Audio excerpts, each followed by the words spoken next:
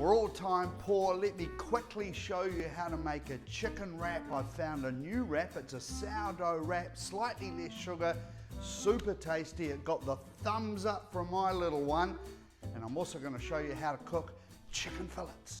I'm using a cheesy red pepper dip to spread over my wrap. You could use cream cheese, mayonnaise, whatever you like, but if you click see more, you'll see the recipe.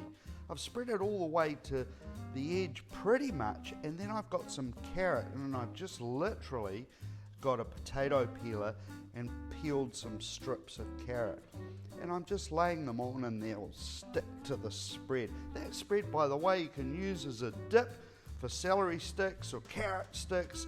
It's just delicious. Anyway, click see more and you'll see the recipe. Anyway, put as much or as little carrot as you like. I've got some green beans. They're in the supermarket at the moment. Nice and affordable. And I've just blanched those in some boiling water with a little bit of salt, then refreshed them in some cold water. I've got chicken fillets. Again, they're affordable. And at the end of the video, I'm going to show you how I cook those, how I've seasoned them, the tips and tricks for those. Here we go. I've got a couple of little I've got one baby gherkin that I've just cut in half. I've got some spinach. You can use some lettuce. That's just baby spinach. It'll kind of want to fall out and I don't quite get it all in there.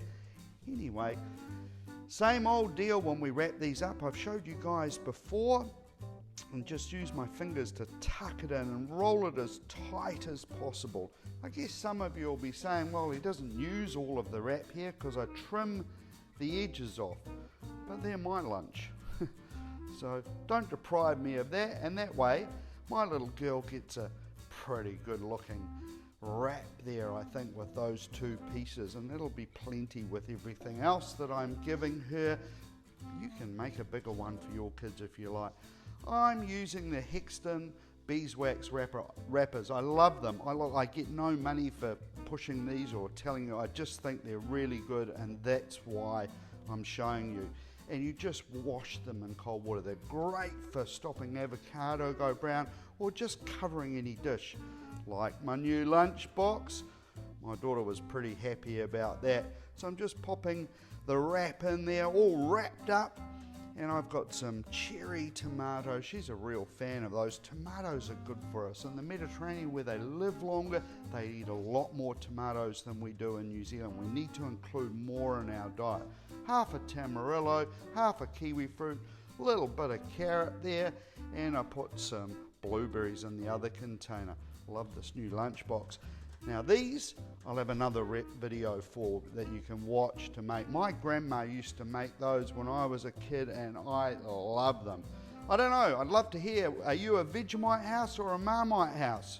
Anyway, let's make chicken fillets. I'm seasoning it with some Murray River salt just because I love it.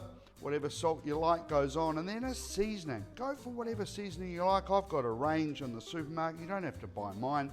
Just a seasoning just makes them a little bit different, and they sure as hell are a lot more tasting when I put my Italian seasoning on both sides, and I'm seasoning it with salt both sides.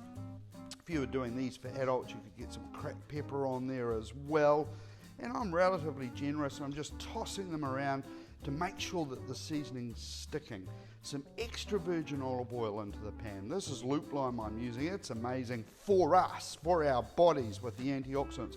I'm not getting it smoking. As soon as I put the chicken in, it does a little bit of sizzling. It's hot enough. Now the trick so that they don't stick to your pan, that's my pan I'm using. This is the ad, everybody. Look, I've got another fry pan you can buy from Briscoe's too. And look, even an enamel one. They're pretty good. But the trick is you put them into the pan and you don't move them until they literally repel themselves off the pan. If you try and move them as soon as you put them in, they'll end up sticking. It's literally that simple.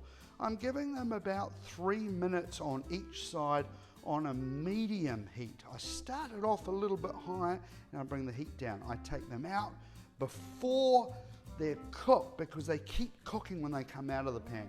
Let them cool and you're good to go.